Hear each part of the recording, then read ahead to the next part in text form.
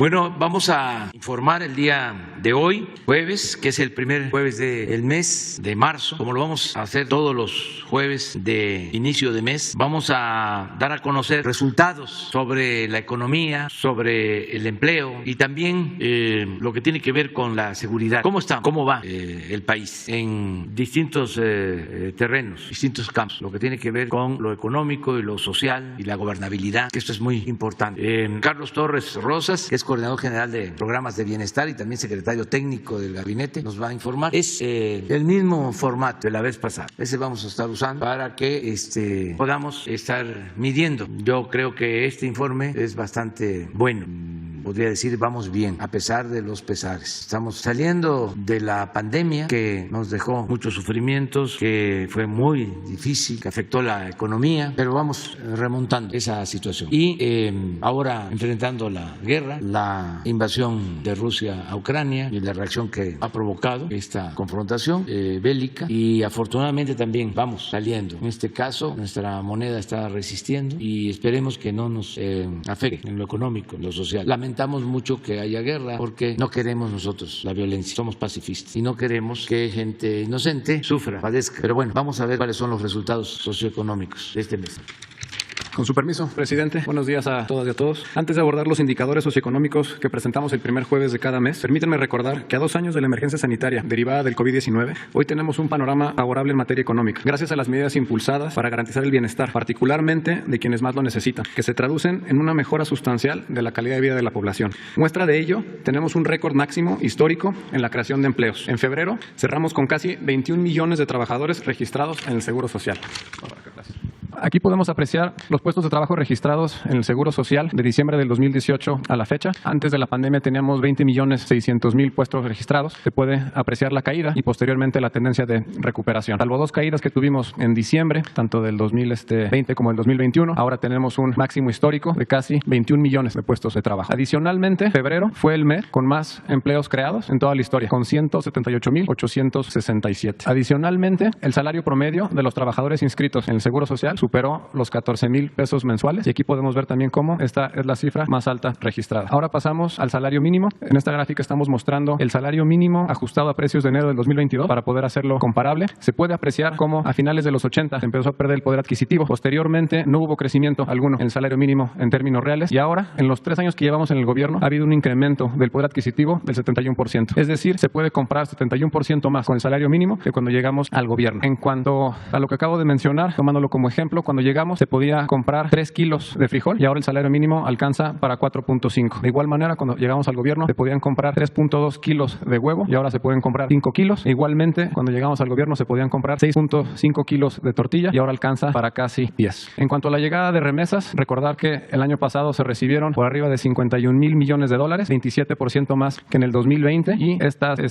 cifras siguen aumentando. Agradecer a nuestros paisanos, ya que en el mes de enero, con datos confirmados por el Banco de México, se recibieron 3.931 millones de dólares, 20% más que enero del año pasado, y tenemos un estimado de 3.900 para el mes de febrero, lo que representa un incremento del 23%. Y ahora vemos la tendencia histórica de las remesas. Se aprecia cómo enero y febrero son los meses cuando disminuyen estos envíos. Sin embargo, enero y febrero de este año están 20% arriba que el año pasado, así que esto sigue aumentando y son muy buenas noticias. Con respecto al tipo de cambio, cuando llegamos al gobierno, el peso contra el dólar se encontraba en 20.37. Al cierre de febrero se ubicó en 20.47. Esto muestra la estabilidad de este gobierno. Si nos comparamos contra gobiernos anteriores, podemos ver cómo ese no fue el caso y hubo incrementos sustanciales. Es decir, que no ha habido depreciación. La siguiente, por favor. Es decir, que en este gobierno no ha habido depreciación, y de igual manera nos podemos comparar contra los últimos gobiernos, donde por al menos en el mismo periodo de los 38 meses que llevamos fue de al menos 2 dígitos. Esta gráfica reafirma lo anterior. Si nos comparamos con otros países del mundo, podemos ver que en el tiempo que llevamos en el gobierno no ha habido depreciación en México, y en algunos casos en países latinoamericanos la depreciación ha sido de 2 dígitos. Con respecto a la mezcla mexicana de petróleo, al cierre de febrero el precio del barril se ubicó en $91, lo que quiere decir que ha aumentado 72.7%. Sin embargo, este incremento no se ha visto reflejado en el precio de las gasolinas. Mencionar que se ha cumplido el compromiso de que los aumentos a los precios de las gasolinas no estén por arriba de la inflación. Esta gráfica muestra el precio real de la gasolina magna, es decir, está ajustado a precios de enero del 2022 para poder hacerlo comparable. Mientras en el sexenio de Felipe Calderón la gasolina magna aumentó 23% en términos reales, en el de Peña Nieto 43%, en el tiempo que llevamos en el gobierno ha habido una disminución de menos 5.4 en términos reales. Para el caso de la gasolina premium ha habido una disminución del 3.7% y se puede comparar contra los años anteriores. Y pasamos al diésel, la disminución ha sido del 6.3% cuando anteriormente hubo incrementos cercanos al 50%. En el caso del gas LP sí ha habido un incremento por arriba de la inflación, pero es importante destacar que la tendencia que iba a la alza ya se revirtió el año pasado con las medidas que se tomaron. Con respecto al precio de la luz también ha habido una disminución, en este caso del 3.6% en términos reales. Recientemente el INEGI publicó las cifras corregidas del crecimiento del Producto Interno Bruto del año pasado y la cifra del 2021 se mantuvo en 5% después de la caída que se registró en el 2020 de 8.4%. Y nos comparamos con otros países, podemos ver cómo estamos por arriba de Canadá, similar que España y ligeramente atrás de Estados Unidos. Con respecto a la inflación, en enero del 2022 la inflación anual se ubicó en 7.07%, ya se registra una disminución contra la cifra de diciembre que fue de 7.36% y aquí se pueden apreciar los otros puntos más altos de los gobiernos anteriores. De igual manera, si revisamos el comportamiento de la inflación en otros países, podemos apreciar cómo de diciembre a enero en la gran mayoría la inflación incrementó. El caso de México fue lo opuesto, nos ubicamos en 7.0% y nos podemos comparar cómo Estados Unidos registró una cifra de 7.5% en el mes de enero. Con respecto a la deuda, una vez que se publicó el dato que mencioné del 5% del INEGI y se hizo el ajuste, quedamos en 50%. Recordar que recibimos la deuda en 44.9% como porcentaje del PIB. En el primer año de gobierno hubo una disminución, bajamos a 44.5%. Posteriormente, derivado de la caída del PIB por la crisis del COVID, subimos a 51.7%, pero ya se confirma la reducción y nos ubicamos en 50% para el cierre del año pasado. En términos nominales, esto quiere decir que a 3 años de gobierno la deuda ha aumentado 24%, porcentaje sustancialmente menor comparado contra los sexenios anteriores, que a 3 años de gobierno había aumentado 46%, 40% y 33.7%. Es importante mencionar que en México no contratamos deuda adicional para salir adelante en la crisis del COVID. Los números en rojo muestran el diferencial porcentual entre el 2019 y el 2021 de cómo incrementó la deuda. Si tomamos como ejemplo Italia y España, ambos países incrementaron su deuda en más de 20 puntos, mientras que México solamente lo hizo en 5%. Con respecto al comportamiento de la Bolsa Mexicana de Valores, el índice de precios y cotizaciones ha aumentado 28% en el tiempo que llevamos en el gobierno con el cierre al 28 de febrero. Ya se publicaron las cifras al cuarto trimestre de la inversión extranjera directa y esto reafirma la confianza que hay en el país. El 2019 y el 2021 son 2 de los 3 años con mayor inversión extranjera directa y si descontamos el 2013 la venta de Grupo Modelo, que fue una operación atípica, los 2 años con mayor inversión extranjera directa son en este gobierno. Igualmente, las reservas internacionales del Banco de México muestran la estabilidad, ya que han aumentado 16% en este mismo periodo. Con respecto a temas de seguridad, mencionar que ha habido avances tanto por la estrategia de pacificación del país como por atender las causas de fondo. Aquí podemos observar los delitos del fuego federal y comparamos los últimos 12 meses del gobierno anterior con los últimos 12 de tenemos una reducción del 30%. Con respecto a los homicidios, la tendencia que venía a la alza en los gobiernos anteriores del 26%, 28%, 17%, aquí podemos ver el cierre del 2021, como registramos ya un descenso de 3.6%. Si pasamos a la siguiente, es una gráfica similar donde estamos mostrando enero y febrero del 2022 contra los años anteriores. Ya tenemos un estimado para el mes de febrero y con este cálculo la reducción del 2022 contra el 2021 es de menos 13.6%, lo que reafirma la tendencia a la baja en cuanto a los homicidios dolosos. En cuanto a secuestro, la reducción es del 46%. Aquí igualmente estamos comparando los últimos 12 meses del gobierno anterior contra los últimos 12 disponibles, ya contabilizando un estimado para el mes de febrero. Con respecto al robo de vehículo automotor, la reducción es de 39.2% y por último, el robo en general ha disminuido 24%. ¿Sería cuánto? Pues este es el informe. No tenemos a nadie pendiente. Ustedes 3, ustedes 2. ¿Mande? Ah, bueno, también. Adelante. Y luego tú y ustedes 2 y ustedes 2 y luego la compañera. Buenos días, señor presidente. Eduardo Esquivel Ancona, SDP Noticias. Buenos días. Mi primera pregunta es, yo le quisiera decir, si no tiene un plan su gobierno para hacer autosuficiente, así como lo está haciendo en el combustible, con los fertilizantes. Esto se lo pregunto porque México tiene una dependencia muy grande de los fertilizantes. El 62.8% son fertilizantes importados y lo peor es que los 2 países que más de donde se compran es Rusia y China. En China tiene ya restricciones de su gobierno para ya no, porque ellos también están escasos de fertilizantes, entonces hay restricciones para la importación para que México pueda comprarles fertilizantes y Rusia, que es el mayor proveedor del extranjero de fertilizantes, pues está atravesando por por un problema muy grande. México llegó a ser potencia en química, en petroquímica secundaria en los años 80, pero vinieron las privatizaciones, se privatizó Fertimex, Guanas y Fertilizantes, se quedó sin un desarrollo para estos productos. Actualmente son 4 empresas muy grandes las que comercializan, tienen este negocio de la importación y la comercialización de fertilizantes. Entonces, esa sería mi pregunta. Sí, es cierto todo lo que dices.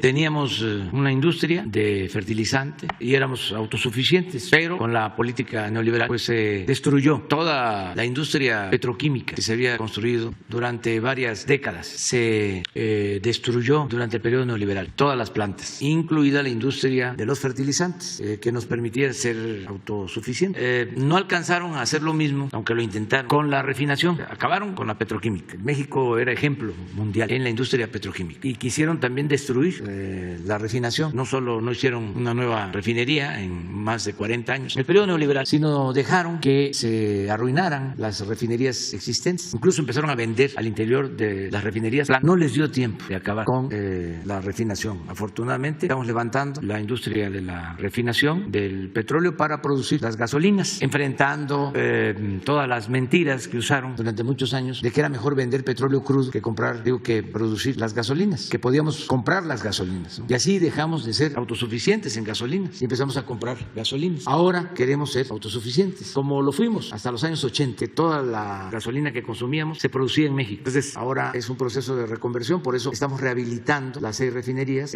mejorando su capacidad de procesamiento. Por eso se adquirió la nueva refinería, se compró la refinería de Shell, o la parte que nos faltaba, ya tenemos esa refinería. Estamos construyendo la nueva refinería de Dos Bocas, que la vamos a inaugurar en julio, o va a empezar a operar en julio. Estamos construyendo una coquizadora también para producir gasolinas en Tula, que había quedado inconclusa, y pensamos que para el año próximo, a finales, ya vamos a estar produciendo toda la gasolina que consumimos. En el caso de los fertilizantes, pues se destruyó por completo, ¿no? Todo lo que era Fertimex. Vendieron las plantas. Bueno, una de esas plantas que vendieron fue la de agronitrogenado, y otras, la que produjo la denuncia sobre corrupción en Coatzacoalcos, y también reservas de piedra fosfórica en minas de Baja California Sur, y plantas también que se adquirieron después de que se habían entregado en Lázaro Cárdenas, Michoacán. Quedó todo desmantelado, en el abandono. Entonces estamos levantando las plantas de fertilizantes. No nos van a permitir, aún rehabilitándolas, estamos invirtiendo. El señor Ancira ya pagó de los $200 millones,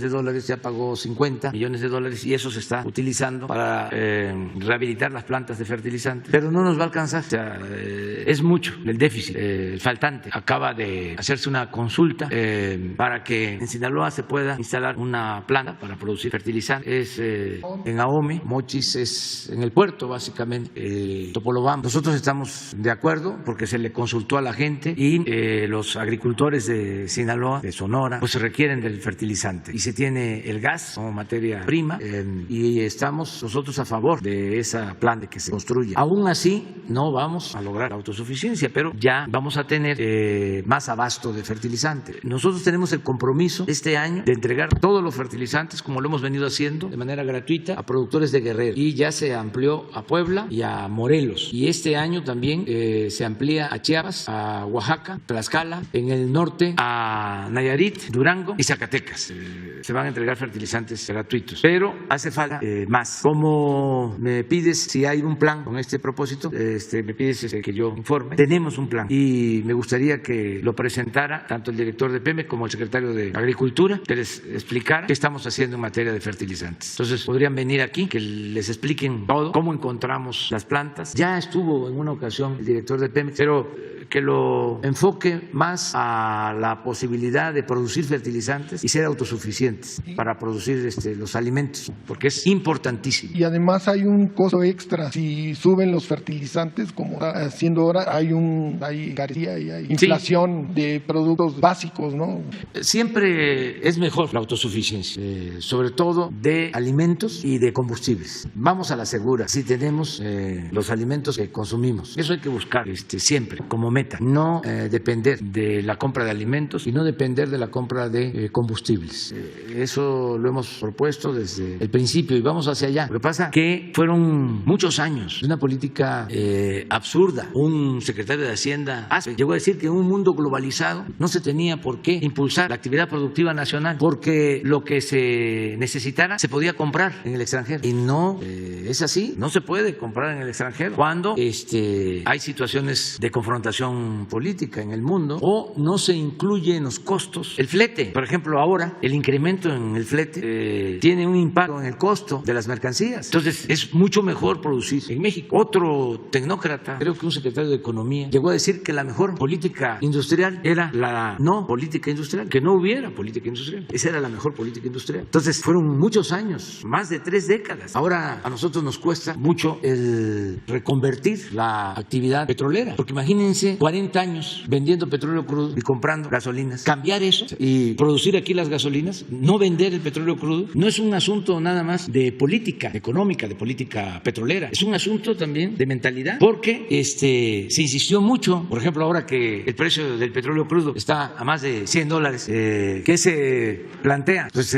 saca petróleo, si te cuesta 10, 12, 14 dólares extraer un barril y los vas a vender a más de $100, pues es un gran negocio. ¿Qué vas a estar refinando? No saben que aún cuando la ganancia no es la misma, porque extraer petróleo significa eso, es una actividad extractiva, no se le paga renta a la naturaleza, por eso esa utilidad es como la minería, como cualquier otra actividad extractiva. Entonces ya la refinación, pues ya la utilidad es menor, pero nos da independencia el tener nosotros los combustibles, y además no perdemos y se generan empleos en el país. Les voy a poner el caso de Tabasco. Durante 40 años era de los estados con más desempleo. Los tabasqueños, como otros habitantes del sureste, veracruzanos, chiapanecos, oaxaqueños, se tenían que salir a buscarse la vida porque no había trabajo en esos estados. En el actual periodo neoliberal, yo creo que se fueron cerca de 2 millones de veracruzanos, abandonaron sus pueblos a las ciudades fronterizas donde había empleo, Juárez, Reynosa, y del otro lado de la frontera, el caso de Veracruz. Pues los tabasqueños, ¿a dónde se fueron? Chiapanecos, muchos de Oaxaca, de Guerrero, a Quintana Roo, porque allá había empleo, crecimiento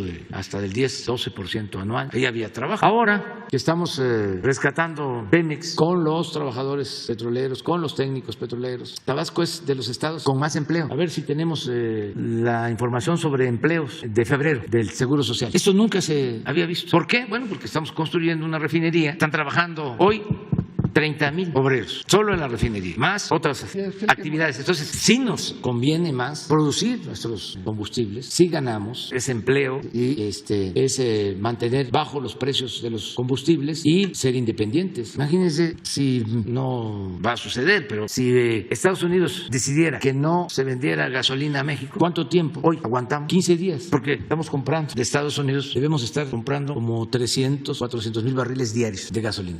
Entonces, sí, estamos comprando como el 60% de lo que consumimos. Entonces, eso es lo que queremos resolver de fondo. Pero hay uno que hay por estado, a ver si lo tenemos de febrero aquí. Pero aquí está Tabasco en las positivas. Estas son. ¿Qué mes es? No, es que es marzo. No, febrero. Ya está empezando marzo. Pero de todas maneras empieza arriba. Estos estados están empezando, están abajo, comenzando marzo. Pero a ver febrero, que completo. Esto es lo que nos sirve de guía para saber cómo vamos, ¿no? Es importante que se sepa que febrero fue récord en creación de empleos inscritos en el Seguro Social, trabajadores inscritos en el Seguro Social. Febrero, desde que se tienen datos, es el más alto, el mes pasado, alrededor de 170,000 nuevos empleos. Esto es aquí está. Sí, mire, este es febrero y vemos solo 4 estados estuvieron abajo y 28 arriba. Pero lo que les comentaba, por aquí debe estar Tabasco. Mire, nuevos empleos, Tabasco 1.04 incremento. Sonora es el primero, Tabasco segundo en febrero. ¿Y qué pasaba en Tabasco? Pues no era eso, no se daba así. Y ya los estados desde luego Yucatán, Tabasco, Puebla, Quintana Roo siempre, esto es muy importante porque esto es recuperación del turismo. Oaxaca, muy bien. Campeche, Chiapas, ¿cuándo iban a estar con empleo? Porque se está atendiendo el sureste y se está buscando la autosuficiencia en el caso de los energéticos. ¿Seguiría comprando fertilizantes a Rusia? Sí, el asunto no solo es la dependencia, sino el incremento de los costos. Están aumentando mucho los alimentos, aumenta el fertilizante y, repito, el flete está teniendo mucho incremento. Entonces, tenemos que buscar la autosuficiencia. Es una concepción distinta, es que se produzca lo que consumimos, producir lo que consumimos, apostar a eso, no lo que sostenían los tecnócratas, que en un mundo globalizado se puede comprar lo que se requiere y no se toman en cuenta otros factores que tienen que ver con el empleo, que tienen que ver con los costos, el flete y que tienen que ver con la independencia económica de nuestro país. Entonces, eso es lo que podría decirte y voy a invitar al secretario de Agricultura y al director de Pemex para que les expliquen cuál es el plan sobre fertilizantes. En una segunda pregunta, presidente, ¿qué va a hacer el gobierno? Porque el conflicto entre Rusia y Ucrania pues también nos afecta no solo en los fertilizantes, nos está afectando en el maíz, sobre todo porque tenemos mucha importación de maíz, de trigo. El trigo también nos está afectando, la importación de Ucrania y de Rusia nos está afectando, y de la cebada, ¿no? Es un insumo para la cerveza. Ya la Asociación de Cerveceros de Tamaulipas ya dijo que va a haber un aumento, porque creo que la cebada es el 80% la produce en el mundo, la produce Ucrania. Entonces, ¿qué se va a hacer? Ayer usted hablaba de algo que a mí me pareció muy importante, de una regionalización. Pues, no sé. Pues eso es lo que estamos proponiendo al gobierno de Estados Unidos, el fortalecer toda la actividad productiva comercial en América del Norte en una primera etapa y luego en toda América. Ayer hablé de eso con Lula, de cómo pensar no solo en el sueño bolivariano de la integración de América Latina, del Caribe, sino de la integración de América. Es un cambio de política. Se ve como algo muy difícil de lograr porque durante 200 años ha habido una política de falta de respeto hacia los países de América y también de mucha desconfianza hacia países fuertes. Entonces tenemos que buscar un acuerdo y como sucedió en Europa, que primero fue Comunidad Europea y luego la Unión Europea, lo mismo en América. Y tenemos mucho potencial para ser autosuficientes, para producir en América lo que consumimos en América, no depender de otras regiones del mundo. Tenemos fuerza de trabajo, tenemos tecnología, muchísimos recursos naturales, un mercado, una capacidad de consumo que es la más importante del mundo si se integrara América. El ingreso per cápita, el ingreso por persona en América es superior al ingreso per cápita en Asia y en Europa. Entonces, ¿por qué no la integración con respeto a nuestras soberanías? Llegar a un acuerdo. Primero, América del Norte. Eso lo estamos planteando. Además, es necesaria la integración, porque de lo contrario, ya lo vimos ayer, en lo productivo y en lo comercial va a seguir aumentando el rezago con relación a Asia y en especial con relación a China. Eso no conviene. Necesitamos mantener los equilibrios. Así como no estamos por guerras comerciales, tampoco podemos quedarnos con los brazos cruzados cuando hay un crecimiento desmedido de una región que se puede convertir en una amenaza de dominación. No queremos hegemonías, ni en lo económico, ni en lo político, y mucho menos en lo bélico. Entonces, son importantes los equilibrios. Y eso es lo que estamos queriendo que se acepte en el caso de Estados Unidos, de Canadá y en toda América. De eso hablamos con Lula ayer y va a requerir de convencer a quienes tienen desconfianza sobre la actitud de intervención, de falta de respeto a las soberanías y de convencer también a los que han sido hegemónicos de que ya no es el tiempo de antes, que ya no es el tiempo de los espías y de la promoción de los golpes de Estado y de poner y quitar gobernantes a su antojo, o de los bloqueos, todo esto que se usaba en la Edad Media. Ya no puede ser así. Desde que llevarse a cabo un cambio, que es complejo, sí, pero para eso están los diplomáticos, ni los hombres de Estado, los hombres de nación, pero sí es necesaria un replanteamiento. Y ayer hablábamos de algo que es importante, no estar pensando. Yo creo que una de las enseñanzas mayores del auge económico en China es que ellos tienen una planeación de mediano y de largo plazo. Y ayer hablábamos de eso, no pensar en la próxima elección, cómo ganamos en la próxima elección, no, pensar en la próxima generación, eso es lo más importante. Si no hay esa visión, se van a seguir generando desequilibrios en el mundo y no nos conviene. Muchas gracias, señor. Adelante. Buenos días, presidente. Hans Salazar, de Noticiero en Redes. A propósito de estos temas que ha mencionado y que se han tocado el día de ayer, el día de hoy. En 1991, en la época mayor del saqueo de la nación, siendo presidente Carlos Salinas de Gortari, firmó un decreto presidencial donde instruyó a Pedro Aspe Armella, en ese entonces el secretario de Hacienda, estaba ahí también Gil Díaz, Arsenio Fariel Cubillas, Dante Delgado, gobernador del estado en ese momento de Veracruz, crear una auditoría fiscal para embargar cuentas bancarias, edificios y todo el patrimonio del Sindicato de Maniobristas, Unión de Estibadores y Unión de Checadores, y a la empresa Servicios Portuarios de Veracruz. Esto tiene que ver precisamente, presidente, con lo que ya se ha planteado aquí, que se descubrió esto de pues la privatización concretamente del puerto de Veracruz hasta incluso 100 años y que usted ha dicho que bueno, pues dio esa ampliación, primero fueron 50 años y se dio esta ampliación antes de que terminara el gobierno de Peña Nieto. Les fabricaron créditos fiscales a estos sindicatos, secuestraron a los líderes e integrantes de las mesas directivas. Fernando Gutiérrez Barrios, en ese entonces secretario de Gobernación, orquestó gran parte de esto. Estando ahí Arsenio Farel Cubilla, secretario de Trabajo, en aquel entonces los amenazó que si no aceptaban dejar todo y salir del muelle en esa reunión ordinaria, la PGR los subiría a un avión y los arrojaría al mar. Así señalan tal cual los que sufrieron en ese momento pues esta agresión. Con ese despojo, a estos sindicatos se vieron afectados más de 10,000 familias porteñas aproximadamente, se les privó de pensiones y les arrebataron todos los derechos laborales. Pues lo que ha operado precisamente el neoliberalismo en torno como lo que sucedió en Luz y Fuerza del Centro, lo que ha sucedido en varios otros casos. Crearon empresas donde los políticos se volvieron socios, ICABE, CICE, OPG y CTV, les robaron todo en un contubernio con agentes navieros y aduanales, ya que los equipos y toda esta infraestructura había sido adquirida por ellos.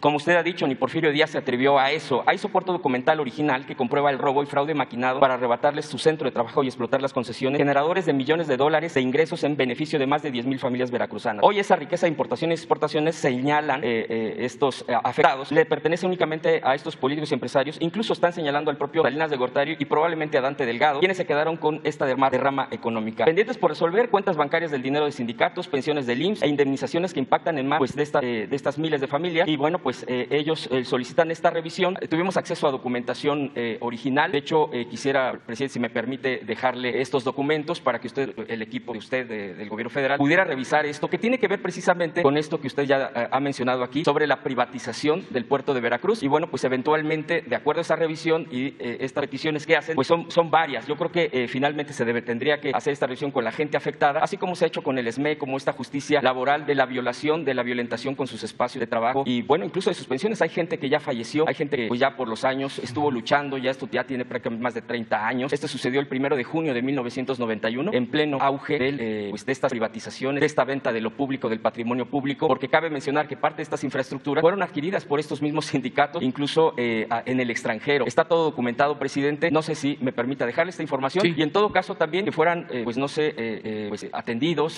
platicar con esta gente de Veracruz. Pues con Jesús, porque además de ser el coordinador de comunicación social, él nos ha ayudado en el caso de trabajadores despedidos de Luz y Fuerza del Centro y se trabaja con lo mismo en el caso de ferrocarrileros, mineros, todas las víctimas de la política neoliberal. ¿Conocían este caso, miles, presidente? sí, desde luego. Es que lo tengo estudiado. Escribí un libro sobre todas las privatizaciones. Era tanta la enajenación de los tecnócratas, sobre todo en el periodo de Salinas, que dejaron un libro que editó el Fondo de Cultura Económica. Ya no se consigue porque como que lo retiraron. Pensaron de que nadie iba a analizarlo o que estaba bien, porque también es un asunto ideológico. Lo que para uno es malo, para otros es bueno. En ese entonces se aplaudía a Salinas. Salinas llega mediante un fraude y al año de estar en el gobierno tenía una aceptación altísima, porque empieza con una política de privatización, aglutina a los de arriba, controla los medios de información, agrupa a los intelectuales. Ahí surgen los grupos de Krause y de Aguilar Camín. Entonces al año, a los 2 años, tenía muchísima popularidad. Entonces había una euforia, o sea, decían que no servían las empresas públicas, al grado de que cosas que no se ven ahora, ¿no? Si se demoraba un vuelo de Mexicana, hacían un mitin. Son unos ineficientes, no sirven para nada. Cuando las empresas eran públicas, porque crearon ese ambiente, casi linchaban a los trabajadores en los retrasos, las demoras, cosa que ahora no sucede, porque pues ya las líneas aéreas ya están privatizadas y ya no hay esa campaña. El caso de Teléfonos de México, que no servía, que era muy malo el servicio, que caro, prepararon el terreno. Entonces hubo pues esa euforia por las privatizaciones. Entonces dejaron un libro y ahí está, por ejemplo, la entrega de todos los bancos. En ese libro se advierte de cómo hacían las licitaciones o las subastas. Le entregaron a Roberto Hernández Banamex porque quería quedarse con Telmex y le ganó Slim. Entonces, como premio de consolación, Banamex. Pero cuando convocan a la licitación de Banamex, el que queda en segundo lugar le entrega Bancomer. Y cuando convocaron a la licitación de Bancomer, al que quedó en segundo lugar, le entregaron Serfín. Pero claro, siempre a los segundos lugares. Y está en el libro. Entonces lo tengo estudiado, analizado. Por eso hablo de que fue el saqueo saqueo más grande en la historia de México. Y además, cuando llega Salinas, solo había una familia que aparecía en la lista de Forbes, la familia Garzazada, porque en esa lista solo aparecen los que tienen más de $1,000 millones. Creo que la familia Garzazada en el 88 aparecía con $2,500 millones. Cuando termina Salinas, en el 94, ya en la lista de Forbes ya hay como 24 multimillonarios mexicanos, o sea, de más de $1,000 millones. Y ya de los 24 suman $36,000 millones. Y la mayoría de ellos, de los 24, todos beneficiados con las privatizaciones. Todos habían recibido bancos, empresas, o casi todos. Bueno, les voy a mostrar algo. Esto para los jóvenes, porque estamos hablando de hace cuánto, más de 20 años, ¿no? Del 94 a la fecha. Sí.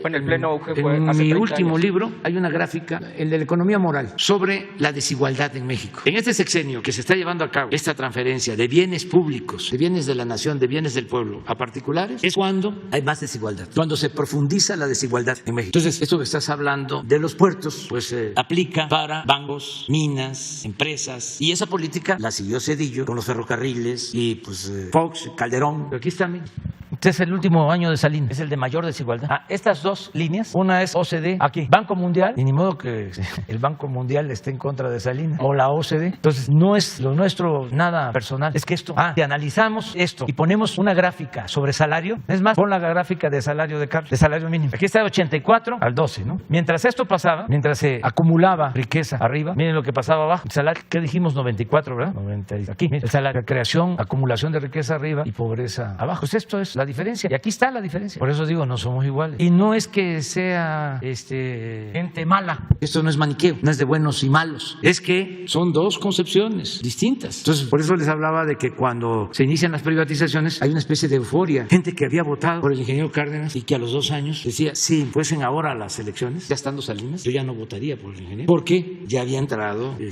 a operar todo el aparato. Y este es el resultado. Y luego le siguieron, pues fue el salinismo como política.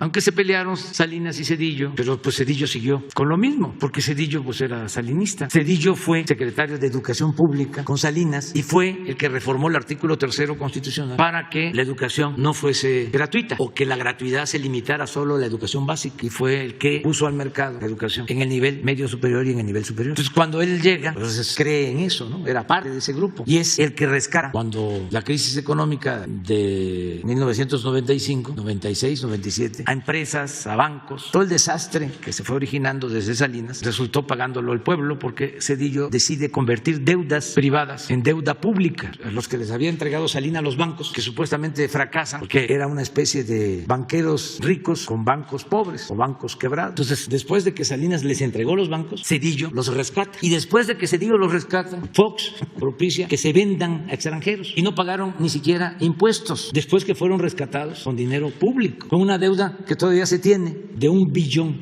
y se han pagado de intereses nada más de esa deuda otro billón. Entonces, cuando viene la crisis de la pandemia, querían que yo hiciera lo mismo. Me vinieron a plantear eso, que no íbamos a salir si no pedíamos deuda. ¿Por qué no pones la gráfica de la deuda de los países de la pandemia? Dijimos no. Me pidieron 2 cosas: que endeudáramos al país para dar créditos con bajos intereses al sector empresarial, y la otra propuesta, que yo declarara una moratoria de pago de impuestos, o sea, que no se cobraran impuestos. Los dirigentes de las cámaras en particular, sí, en una comida. Luego ya me ofrecieron disculpas porque eso llevó a una ruptura como de 1 año, año y medio, y pues se dieron cuenta, porque pues son gentes inteligentes, y vuelvo a lo mismo, no es gente mala, es que tienen una idea. O sea, era una fórmula o una receta que aplicaban siempre con la crisis. Era: salvas arriba, si llueve fuerte arriba, gotea abajo. No, así no es. Vamos a apoyar de abajo para arriba. Y eso fue lo que hicimos. Entonces, pero miren los otros países lo que hicieron, las deudas que contrataron. Uno de estos países, que no voy a decir cuál, cuando llegó con créditos nuevos, entra así como sorpresa, ¿no? Estaba todo su gabinete y entra él, que ya le habían dado crédito, y al entrar a su despacho están todos esperando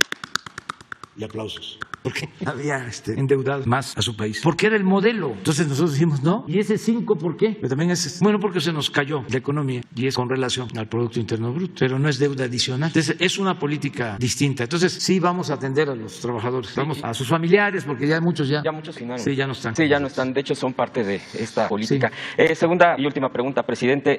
En el tema de prepa en línea, que ya varias veces se ha planteado aquí ante usted, respecto a la contratación, Eduardo Buendía Pérez es el director de prepa prepa en línea, el actual director. No sé si tal vez este tema de que hemos estado recurrentemente, incluso no he sido el único que ha venido con este tema de la situación de los facilitadores, de los tutores, como se les denomina, a quienes están enseñando a través de esta plataforma, que es muy importante porque incluso con la pandemia, pues el tema de tomar clases en línea, pues es súper, facilita de todas las maneras posibles para que el estudiante pueda concluir su prepa. Pero creo que les ha molestado bastante que hemos planteado aquí el tema y que la solución ha sido el despido masivo de prácticamente casi 3,000 facilitadores. Porque ahora en la nueva contratación son gente que viene, tutores, hemos estado platicando con ellos, vienen desde el 2014 en esta preparación porque han tomado cursos, porque han la propia experiencia que les ha dado de estar ayudando a estos alumnos, a estos estudiantes, y ahora resulta que les dicen que no son compatibles. En muchos de los casos prácticamente están queriendo eliminar el 70% de estos facilitadores, tutores, y bueno, pues el responsable de esto es a quien le menciono, el director de prepa en línea, Eduardo Buendía Pérez, a quien señalan directamente,